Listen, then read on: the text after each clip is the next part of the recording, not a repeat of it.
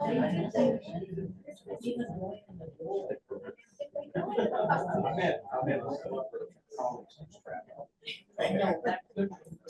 everyone. Welcome. Thank you all for coming to our meeting tonight about the Prospect Road and Prospect Lane crossing improvements. I'm Courtney Geary. I'm the Active Modes Manager for the City of Fort Collins. We have a few other staff here with us today. We have Florian Feibig in the Engineering Department, who's the Capital Project Manager for this project.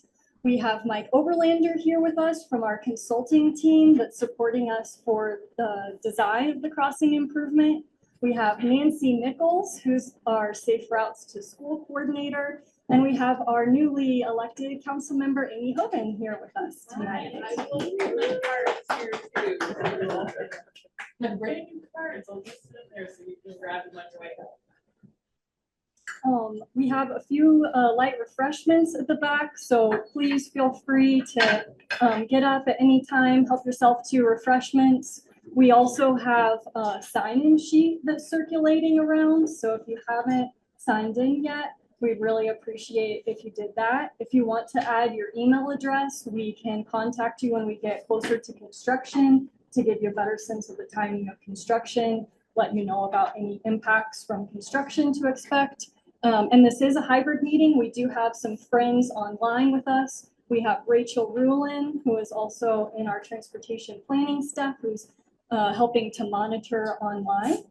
So if you all don't mind, just to make it easier between our online audience and our in-person audience, I'll go through the presentation first. So hold on to your questions, and then we should have plenty of time for questions at the end.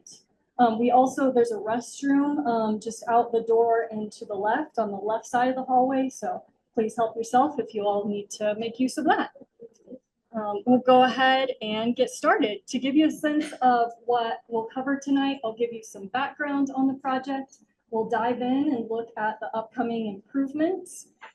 Then we will talk about pre-construction communications, what you can expect to hear from us moving forward after this, and we'll open it up for question and answer. So to give you a little bit of background on some of our adopted plans that this project supports, we have the Our Climate Future Plan, which was adopted in 2021 with the city's goals to reduce our 2030 greenhouse gas emissions by 80% below our 2005 levels. So that is one of the goals that we're trying to achieve by making it possible for people to use alternatives to driving alone. We have our Active Modes Plan that was adopted in 2022. And this crossing improvement was one of the high priority recommendations from that plan. We set the ambitious goal to achieve 50% active mode share of all trips by 2032. So that's by walking, biking, and using things like scooters and skateboards. And then our Vision Zero Action Plan, which was adopted in 2023, which set the goal of eliminating all traffic fatalities and serious injuries. So this project is intended to support all of these adopted plans and priorities that the city has.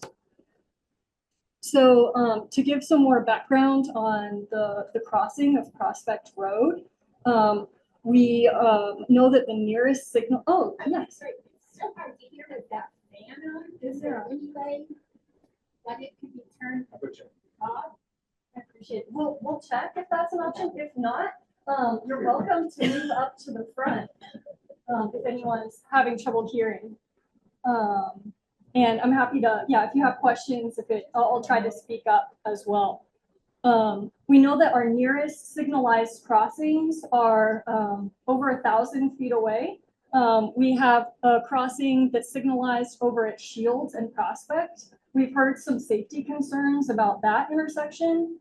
We are working on designing improvements for that intersection, but we don't have funding yet for constructing those improvements. So this could help with a crossing alternative to that. And then to the east, we have the crossing at Whitcomb as well. We hope that this crossing could help folks connect up to the CSU campus just to the north, and also to Bennett Elementary to the west. There is also a signalized crossing at Shields and Lake. And so by crossing Prospect here at Prospect Lane, And then over Lake at Shields, that provides a connection here to Bennett Elementary. We also have nearby trails. South of the Shealing neighborhood, we have the Spring Creek Trail with the Wallenberg connection. And then to the north, there's the Aggie Trail that runs north-south through CSU that's just north of this crossing and connects all the way up to Laurel Street. And I mentioned before that this was identified as a high priority project in our active modes plan. And we know that there are safety issues at this intersection. We've heard from people that don't feel comfortable crossing here. And there was a resident who was seriously injured trying to walk across the street here in 2021. To give you more of a sense of the overall network connectivity here, I'll go to the map. This is an excerpt of our bike map. And you can see our low stress bicycle routes in blue. You can see our paved trails in green, and then the higher stress roads in orange. So this, having a crossing here at Prospect Lane can provide an alternative route to our Loomis Bikeway to the east, and then this high stress road where we do have bike lanes on those, there are some gaps, but could provide this north-south alternative where we have crossing improvements all the way up this corridor, either existing or planned, that can connect up to the Cougar Trail. As far as the upcoming improvements, we are putting in a half signal. I have some more pictures of an existing half signal we have installed at Fort Collins to give you more of a sense of what that looks like. It will include a raised median with a bicycle queuing area. So that's this area here in the yellow is the center stripe. There's a bicycle queuing area that would be here just to the left of the right turn lane. There would be separate bike push buttons at that bike queuing area and pedestrian push buttons over at the ramp on the southwest corner. And then we'd be adding ramps on the north side of the crossing, separate ramps for bikes and pedestrians that will connect into that path that will connect you into the Aggie Trail crossing. To talk a little bit about some changes that will be involved with both the turning movements and the parking. The arrows on the screen are orienting you to the different movements for each mode of transportation. So one change that we're making to the turning movements is that for Prospect Lane, we'll be restricting car traffic to right turn out. So if you were going north on Prospect Lane, you would no longer be able to make a left turn out. So the reason for that is that so we avoid conflicts with the cyclists and the pedestrians when they're crossing. If you saw the Coloradoan article earlier this week or looked at our website right after you got the postcard, you might have seen us say that we're also restricting the left turn in. That has changed. We looked at that design option and saw that there really wasn't a way to restrict those left turns in from Prospect Road onto Prospect Lane. So that movement will still be allowed.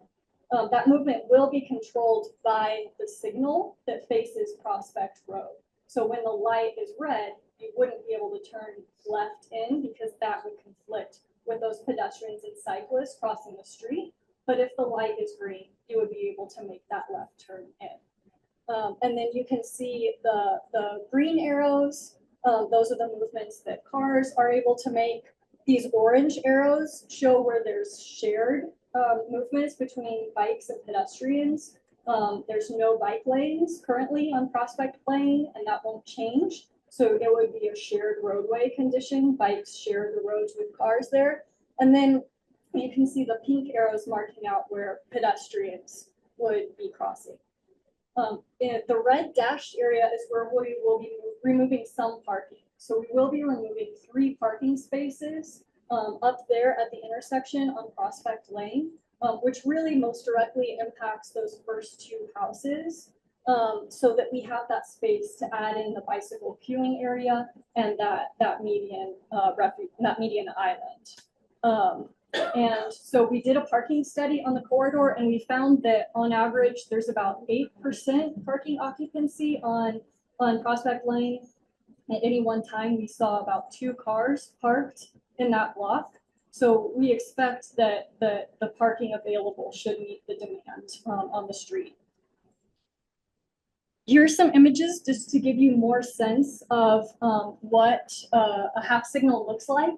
We have some pictures at the top at Tactile and Clearview, some pictures on the bottom that are at Pitkin and Lori, LeMay and Lori. There's another one that's even nearer that you might be familiar with that is at Shields and Springfield.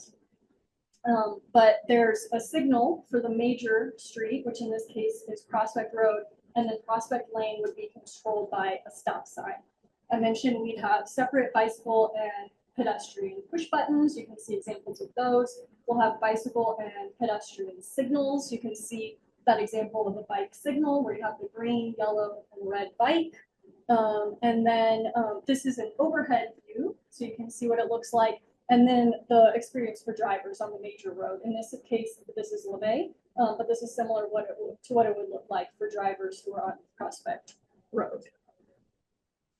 And then just to give you a sense of what's coming next, we don't have firm construction dates yet. We're still working through the designs, but we expect to be constructing these improvements later this year.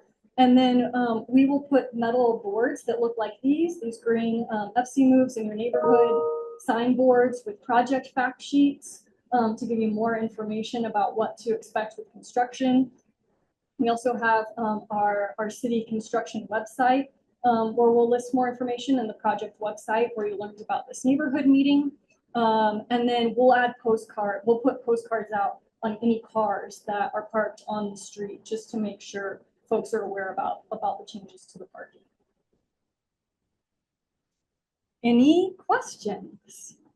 And we'll start in the room and then we'll move to our friends online. Florian or Mike, do you have a good sense of that? Yeah, 6 to 8 weeks.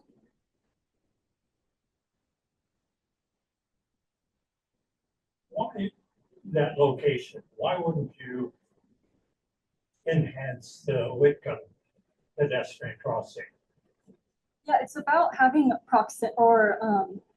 a density of crossing locations. So when we were developing the active modes plan, we set the goal of having at least every quarter mile a safe place that people could cross the road. And in even denser areas where you have even higher concentrations of people and activities like downtown. So what we're talking is about 1,000 feet apart. Yeah. It hardly makes sense. It increases noise levels, it increases air pollution. It doesn't really do a lot for the neighborhood. I think it would help improving that because that's where you see pedestrians crossing would make more sense. Did you even consider that? Yes, we looked at options, and I think the analogy that you used that I like is it's hard to cross a river if there's no bridge. So the fact that we see the pedestrians at Whitcomb and the other intersection at 2,000 feet away, it's hard to say we wouldn't cross there as pedestrians because there's no safe option. Like we did have some people attempting to, and they were the ones that got hit by vehicles. And so this is part of reaction to where would people naturally cross if there was an option.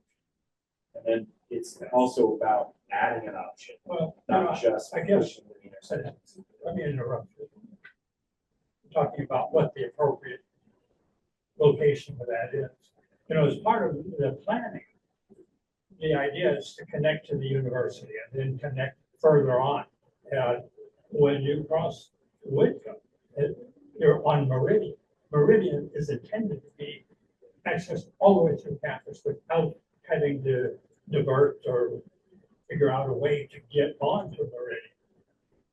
The way you got it planned, you cross over onto a little footpath, and then at some point that ends, and you have to turn to the east to get onto Meridian. And it just, from a planning standpoint, it doesn't make a lot of sense. It's a circuitous way of doing it. And it's not really a bold planning statement either. I mean, you should have these access corridors that are truly planned. This one seems like it's not really in the right location, nor does it serve that many people. You see, the majority of people that would use that are probably rent students in the rental housing and with mostly. Yeah, if we think about someone who who lives on the west side of the neighborhood, like someone who's over on Shealy, for example, if they wanted to get up to Bennett Elementary and didn't feel comfortable crossing at Shields and Prospect, their option would be to walk over 1,000 feet to Whitcomb and then over 1,000 feet back to Bennett. And that, you know, so Yeah, most. I agree, they wouldn't do that. Right. They would go down to Shields and Right. Prospect is the only way to do it safely or reasonably safe. But I guess I'm still wondering why that location. I mean, I haven't heard a good explanation. What about the traffic on Prospect itself? I don't know where all these people come from. Like the people coming from the west, going east in the afternoon, starting at about 2 o'clock. It's crazy. I mean, there's so many, and then that would be another place that you have to stop. Or you have to be careful with somebody there. I mean, I just don't know. If you live in the Shealy neighborhood, you're always aware of how much traffic is on Prospect, like in the morning, in the afternoon. Where do all those people live? I really don't know where they're working or where they live, why are they coming there to go eat? But it's extremely significant. And at this point in time, I know it's just a rental house, but on the corner of Prospect Lane, there's a house that's rented there, and there are 5 cars, or 5 or 6 cars parked in the driveway. I don't know how, I know that they have to get in there or out of there. I just wonder, and it won't always be that way, I realize, but it's been that way for some time. And I just wonder how they're going to get in or out, crossing a place where that's for like right turns. I don't know, it's just because I see it every day. Sure. I'll start repeating things we hear in case anyone online is having trouble hearing it. So we were hearing some concerns about how much traffic there is on Prospect Road, and that this is adding another place where people will have to be aware of crossing and be prepared to stop. And then some questions about the house on the corner and how they're getting out of their driveway to be able to make that right turn. I think we have some similar configurations at other intersections like this, and they would just be, backing out to make the right turn. The volumes are pretty low on Prospect Lane. First, it seems like this plan is almost complete. You're ready to start. But I have a concern that Prospect is a major east-west stop. No question about that. But a car traveling east from Shields going to be driving, it's going to have to stop at Prospect. They're going to have to stop at Whitcomb. Then they get down to the railroad tracks and they stop. Then they get down to College Avenue and they stop. It's just too many stops in short distance. Cars traveling on a major, they're not cutting through neighborhoods. They're on a major street, and yet they're stopping. We heard some concerns about the frequency that people are going to have to stop on Prospect Road, which is a major street. I have just a concern about, it's only for the winter. You know, when the plow comes through, Prospect Road sidewalks are dangerous. I have had to throw myself forward because I was flipping backwards after they plowed, and there's snow and ice everywhere. And I would not think that unless there's a major commitment after you plow to start getting those sidewalks cleared off. We really want to encourage people to be walking there because people are actually going to fall out into the street on the south side where it's shady. And I mean, I'm talking about 2 or 3 feet of snow piled up onto the sidewalk and then people have stopped through and then it froze and it's just take your life in your hands when you walk down there. It's scary. So this crossing would be encouraging people to walk on Prospect sidewalks. So I just want to raise a concern that you would have to be more diligent about plowing the sidewalks after the trucks come because it's a real hazard. Yeah, anytime we add a crossing improvement like this, it becomes a spot location where Streets has to go and do additional clearing to be able to provide access to the push buttons. Okay. But you I know, remain unconvinced it'll happen, but. Thanks for sharing tonight, but I particularly like that you brought bike traffic to the center so that there's no issue where bikes are having to cross to one side or the other to then cross over Prospect. But I did have a question. What is the action of the light? Will it be full stop? Does it go to blinking red at all?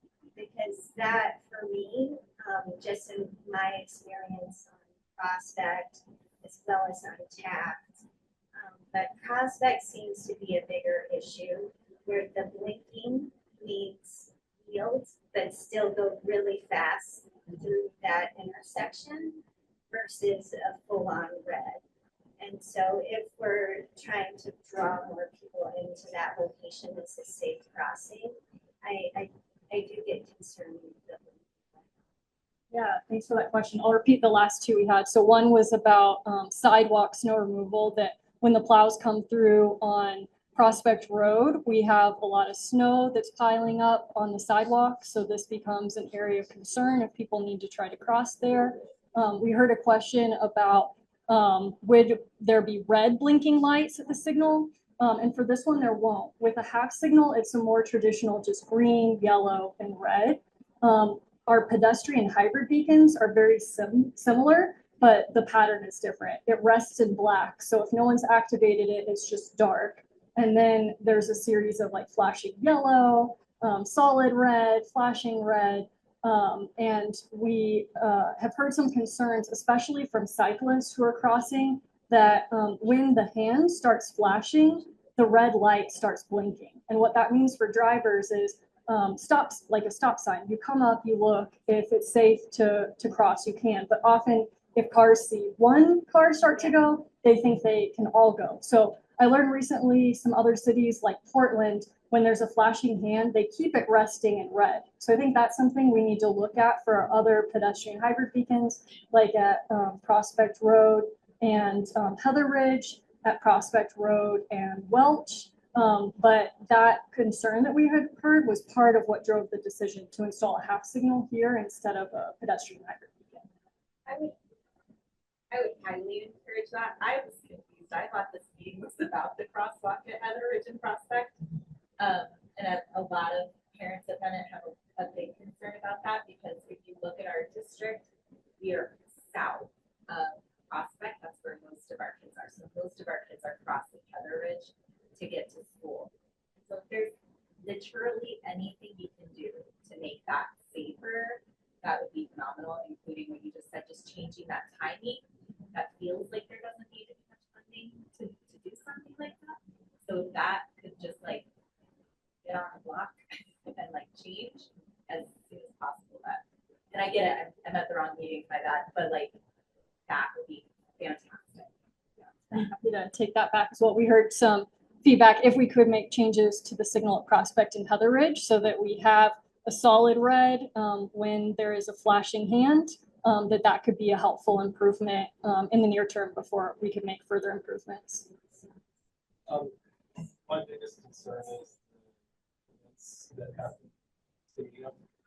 And it seems pretty clear to me that it's going to create a lot of pedestrian traffic through the neighborhood. There's access from the apartments to go across the trail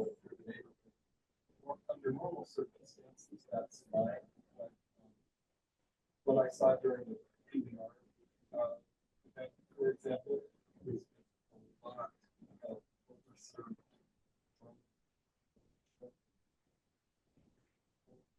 urinating in public. um,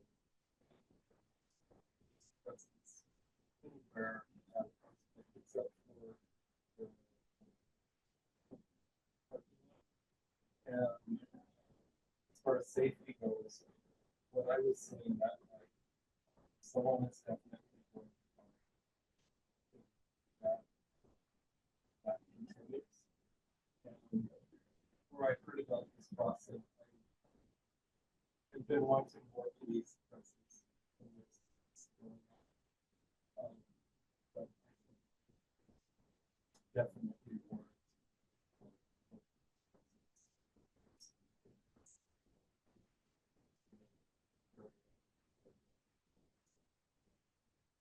Thank you for sharing that. Yeah, we heard some concerns about the traffic that CSU events would be bringing through the neighborhood and any nuisance that might be associated with that.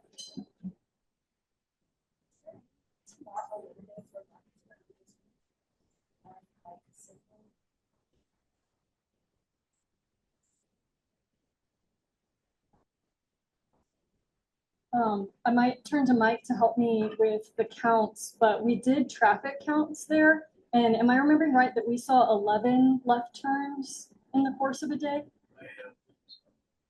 So we think between having both Shealy and Whitcomb as options, with Whitcomb being the only one signalized, we think those intersections should be able to handle that small amount of left turning traffic. Between the morning peak hour and the afternoon peak hour, there were a total of 14.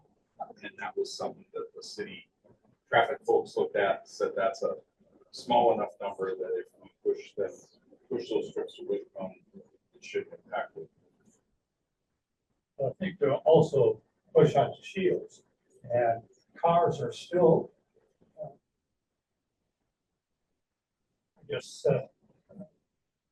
accelerating from Shields and Prospect by the time they drive by and Shealy and Prospect. So that's kind of a dangerous intersection. It's really difficult to get out of that one. And we've seen accidents and we've seen people hit and all of that right along that area. And I think it is because of that intense traffic and are still accelerating.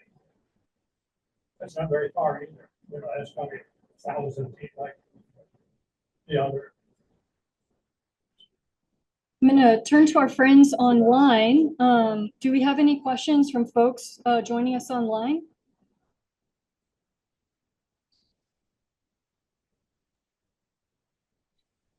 I haven't seen anything in the chat. So if Thanks, folks want Rachel. to come off mute if you have any questions or comments.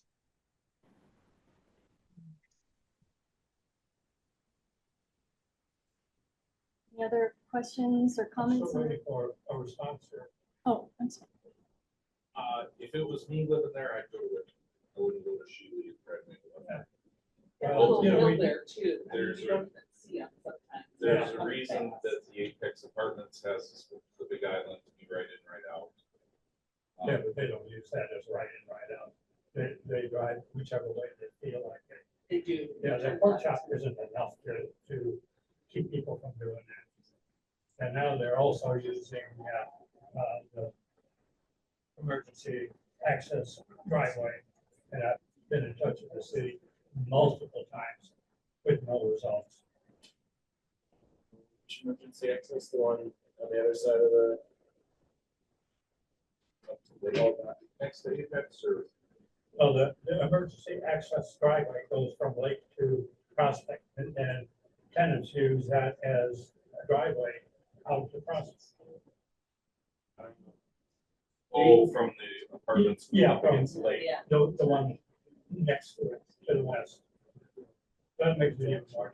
It's just. Probably a little more police patrol in that area would be a good idea. You have a question here? Yeah, I was just curious if the city has thoughts or future options about the north side of that sidewalk on Prospect? It's much wider, it feels much safer. And the south side, as you had mentioned, it's covered in snow Very and, slippery. and It's wet. but even in on a beautiful day, you feel like you're right next to traffic, and it feels really precarious and unsafe. So I get why nobody wants to walk on that side, nobody wants to ride their bike on that side. So any way to get to the safe north side, instead of having to traverse in either direction to get to a safe crossing, to me, makes a lot of sense. And so not only considering how to safely cross, but if there are any potentials for improving that sidewalk as well. Especially with the bus stop right there too. You know, there's a bus stop on the south side, right west of Shealy, and people might be crossing the street to get on that bus. Yeah, we heard a question if the city has looked at opportunities to improve the sidewalk on the south side. It's very narrow, and also that you have to use it to access a bus stop. We have funding through the Community Capital Improvement Program, is our major source of funding for sidewalk improvements. And our engineers have looked at that. It's very constrained on that south side. There are some houses that are built up almost just right to the back of walk, utilities, trees, the grading. So it's something that it would have to be a bigger project than what we're typically able to do through that pedestrian program. But so something we've looked at longer term, more funding, but definitely identified as a need.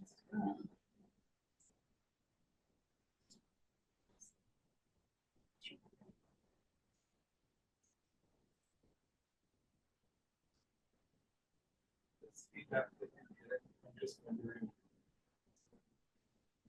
Something or just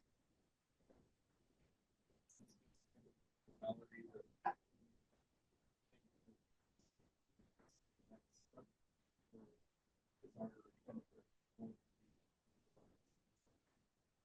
Definitely very helpful feedback. I don't think that the feedback that we've heard tonight is going to change whether or not we add a crossing here, but there's a lot I've heard that we need to go back and talk about. So things like the events, and the impact that that's having on the neighborhood, these opportunities to look at our other signals where we've heard some issues, looking at the traffic and what the impact would be. So I'm hearing, you all are the experts for your neighborhood. I'm hearing a lot of great feedback, but I've heard I've had an email from a resident who lives in the neighborhood, who lives in a wheelchair, and was really appreciative that this will provide a safe crossing for him. He wanted to make sure there were ramps on the north side. We've heard from Bennett parents who live in the neighborhood that we both need to improve the Shields Prospect intersection, and we need to have a crossing in this vicinity so that they are able to have a direct route to school. So we've heard other voices that have expressed the need for this crossing, and it is in an adopted plan, and we have the funding secured for it. So the decision tonight was not, do we construct these improvements or not, but just this opportunity to hear what the concerns are, answer questions, take that feedback back for the things that we can use to shape the improvements. So do I understand that the crossing is a gift? That's correct. And there's a question about kids crossing. The kids in the Shealy edition are all bused. When my kids went to Bennett School, they had to walk the narrow sidewalks. And I worried the whole time. But now they're all bused. They don't cross, they don't walk. We heard feedback that kids from Shealy are bused to school. We want to give people the opportunity to travel to school how they choose. If they choose to ride the bus, that's fantastic. We've set a goal through our Safe Routes to School program that 50% of kids walk and bike to school. So if they can't safely walk and bike now, we want to give them that opportunity and make it possible for them if they would like to. I just wanted to add, like Prospect obviously is difficult to cross with 4 lanes. And so at least limiting it to those 4 lanes, which you are at this bike crossing. But when you go to Shields, you start adding turning lanes. So then that makes it even wider. And then you have a lot more kind of sketchy sort of interactions with cars that are, yeah. So this, as a parent, seems much safer for families to cross, to get to that safer north sidewalk. And then access, then they'll have to cross Shields, I guess, at Lake Street. But then, once again, you're avoiding a lot of those major turn lanes. I wanted to say that I'm all for slowing down traffic between Shields and College on Prospect, because when they have that automatic ticket thing, the camera, I walk my dog at night, and that thing went off just like blinded. I don't know how many tickets were, but I was just out there and I saw 4 tickets like at 10 o'clock at night. People were zooming by. So I'm okay with a speed bump and all kinds of stuff, because they go really fast through there, and there's a lot of congestion. There's a lot of college students, there's a lot of people who live with their families and walking pets, and seems like trying to slow the traffic down there would be okay. Do you envision more the people that are in those apartments right there utilizing this? Because like as a Bennett family, as a friend had noted, like most Bennett families go south of Prospect. I mean, maybe there's a pocket, and I can only imagine there's 1 or 2 Bennett families in that neighborhood, and known as an aging kind of neighborhood. Like I'm curious, like who do you anticipate utilizing this trail as much? And I'm not an avid biker, but to me, I just feel like, why wouldn't you just keep on Spring Creek path and go under the bridge, where it's significantly safer and like you don't have to wait on a light, it's faster. So I'm just curious, like, have you guys this viewer done research for that? Yeah, I think it comes, from all sides of, like, if there are people who live on, there's housing on the north side of Prospect, and if you want to connect to Spring Creek Trail, this could be a more direct route to do that if you have a destination to the west, or the developments that are south of that, both the neighborhood, the apartments. If you have a destination that's on the west side of campus, or if you want to go somewhere that's west of campus or north, it could be more direct to take this route than have to go east to come back west.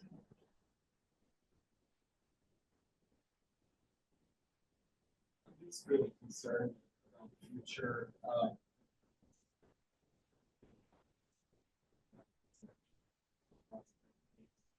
And my concern is that when those things happen, there will be decisions made. The more neighborhood input is really valuable, and sure that we Yeah, so the time that we set the priorities for how we make improvements to our infrastructure, whether that's sidewalks or these types of crossing improvements, bike facilities, is through our planning process. So we try to get the word out as much as possible with those planning processes, and we know that doesn't catch everyone. So that's why we have these meetings like this after when we have improvements coming up, so that we can get input. I think part of the challenge I think he's probably getting at is like, I think he's wanting feedback before the plan is already decided. So it sounds like the plan's already decided and now you're gathering feedback. So like, I think he's asking, how do we get involved before the plan is finalized? I can speak to that a little from the sort of how the sausage is made side for the project manager. I think one of the challenges is we want to convey intent, but also with solid information. And so to knock on your doors ahead of time and say, hey, we have this idea, it's very vague, and it's hard to have a discussion around, hey, we just have this idea, but we don't know how we're going to solve it. So where we are today is I have from the project manager side constraints as survey, right of way, land ownership. What are the traffic rules? I have a lot of guidelines on what I'm allowed to do as an engineer. And I have to do my homework very specific to this site. So I can then ask my design engineer to essentially draw what's possible. And then we run through steps of what's possible from a safety standpoint. What can we afford given the budget? So there's a lot of steps to tee us up to tonight where we can say, this is the design that we have. And there are a lot of questions that are very involved, very iterative that we have as a design team with our traffic engineers, our sidewalk folks, our snowplow operators to get to a point where we know this is realistic. So really, this is our best educated idea and design that we know we can build that we want to share with you.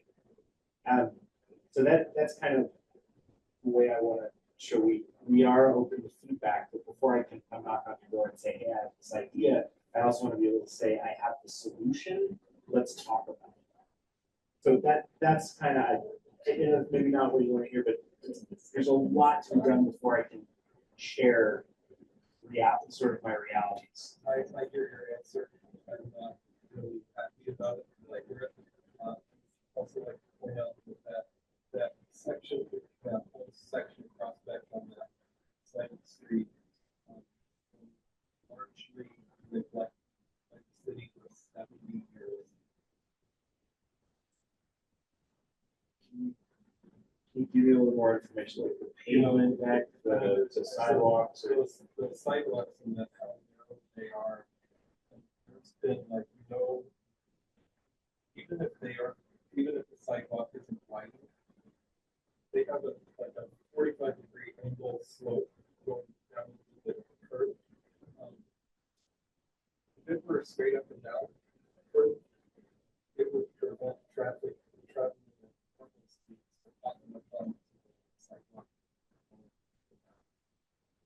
You're talking about Prospect Lane or Prospect? Prospect Road. South sidewalk. That side, yeah. That whole design, the way that the curves are, everything about it, it's from like, and I feel like the city has largely reflected all of that facility. We pile on. Talking about what the city has neglected, that side of Prospect I have for years. There is a pipe that used to be part of an irrigation system that's in the city right of way.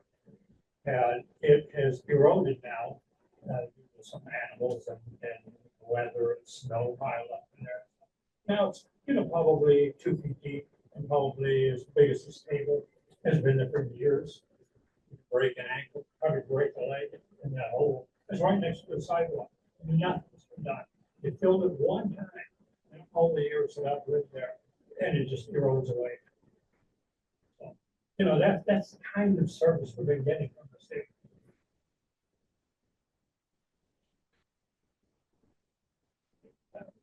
Yeah, do you happen to know the address? We can, if not, 1601 Shealy Drive. 1601 Shealy Drive. It's on the northwest corner of the property. Definitely. You can't miss it. You see a fox den, which they Yeah, the abandoned, and the animals have- babies kept getting run over, but there used to be a lot of fox there. Yeah, they moved in there, and there's actually a play pipe in there. It's by the football fence, kind of just a little bit. Yeah. Right on the corner of the properties. I mean, that could have been done way back when that apartment building went in there. It's not on their property, but. Yeah, at one time, there was a plan to redo Prospect, I think from Shields to Center, somebody can correct me. No, And there wasn't. I mean, they were gonna put medians in there and widen the sidewalk, and it just went away.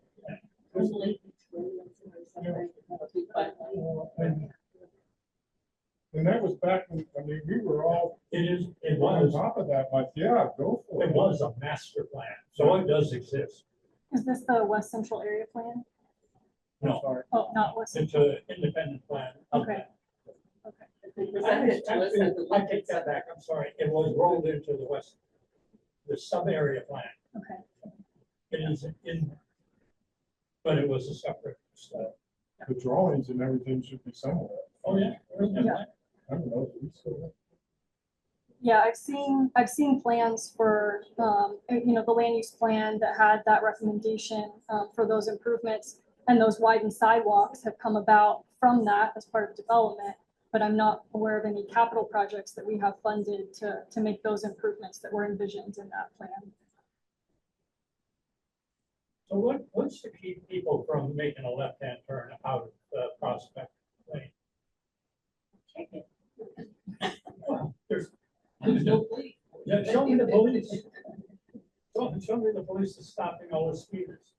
We do hear complaints about that at other intersections that we have like this, that sometimes people don't follow that rules. When they The don't. most critical time to not do it is when people are walking and biking across Yeah, the street. well, That's, I don't that's- think they would do it then, but I think when there's no pedestrians there and there's a opportunity, they're gonna turn around. The fact that I'm worried about is our neighborhood becomes a staging area for people getting dropped off to go to the stadium. Part of that is the student entrance is on the southeast corner of the stadium. So they buzz into our neighborhood, drop off a carload of people, buzz out. And so it's really adding to the traffic and the impact in our neighborhood, trash and whatever. But more and more people using our neighborhood to access CSU, it adds to the traffic, people in and out, people walking while people are buzzing in and dropping people out.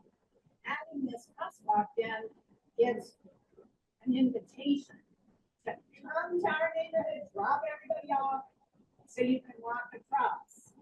And I don't think that's right. I don't think it's right to invite people to use in and out, drive through at high rates of speed. It's a circular neighborhood, so they can't really go anywhere.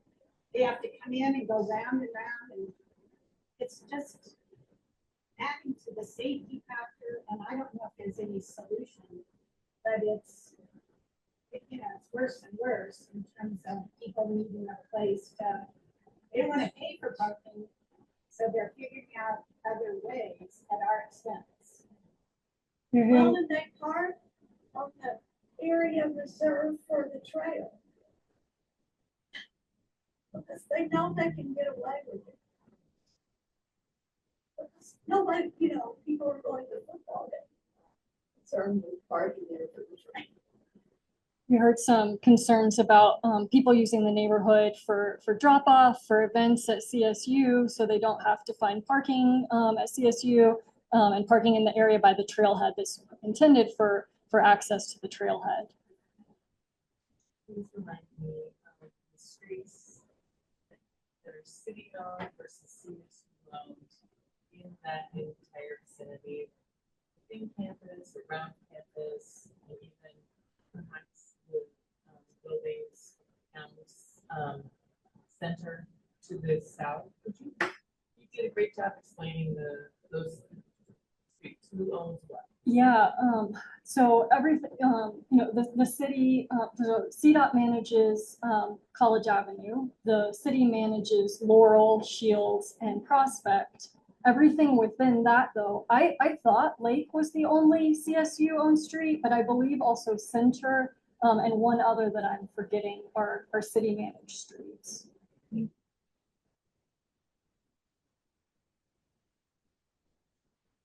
Any questions online?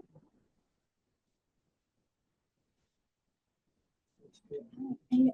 Just one other comment about, you're gonna be funneling all these bikes on the Prospect Lane. There's no bike path there. Cars are parked on both sides, and a car's coming down the street. There's no place for a bike to go. And if someone's opening the door, you're putting cyclists in a very dangerous situation by not having a bike path that they can get to that crossing. This is a common, it's common to have shared roadways for cars and bikes on very low stress street or very low traffic streets like Prospect Lane. So this is the type of neighborhood local road that cars and bikes can comfortably share. At any one time, we saw at most 2 cars parked on Prospect Lane. And with that shared roadway condition, we encourage cyclists to get out into the lane, into the travel lane to avoid the opening doors. Seems like there'll be some education needed for the utility of this, so everybody remains safe. Absolutely, yeah, we heard some suggestion for education. I think it will be great for us to lead some group rides. I know the Safe Routes to School program will be using this crossing, so they will be taking students through it and teaching them how to use it safely. So yes, I think you're right. The education will be really important. General question, like, what sort of partnership does the city have with CSU students as new students arrive every year to like help them understand? Because I mean, when you started off, I'm very just thankful that we have a city that is very invested in the safety of our bikers, our riders, and all that sort of stuff. So I think it's really cool that we invest in it. But we obviously have a lot of kids that come from out of state, even in our own state, that maybe don't have communities that are as heavily into the biking. Do we have much of an education program for freshmen, or I just don't know? Yeah, absolutely. So we had some comments about the need for education, and a specific question about education for incoming students. The CSU, our colleagues at CSU Transportation do a lot of programs. They do We Ride in the beginning of the year. So when people come take campus tours, they can do a tour on bike or on scooter. They teach them the rules of the road. They're giving them locks and helmets, having them register their bikes. And then they have a Rams Ride Right program where they have volunteers who are stopping people. And if they're behaving unsafely, they're giving them warnings and education. So we have a lot of great education for incoming and all students that we partner closely with them on. Does the city have the ability to monitor air quality? We do. I don't know much about that, but I could definitely find out more from our colleagues. That's what I'd like is a commitment that we do some monitoring before this crosswalk and then after it in the same location. I'm positive that we're going to get elevated levels that it's not good. I can definitely look into whether that's possible. Yeah. To do that monitoring. And then also the maintenance, a little more maintenance on the street. These guys. Any other questions or feedback?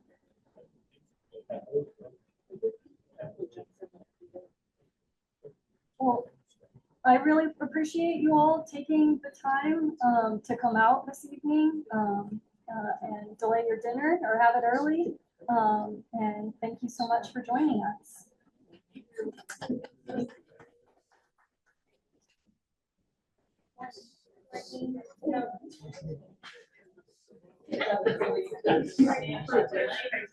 Oh, this is hard as hell. Thank you.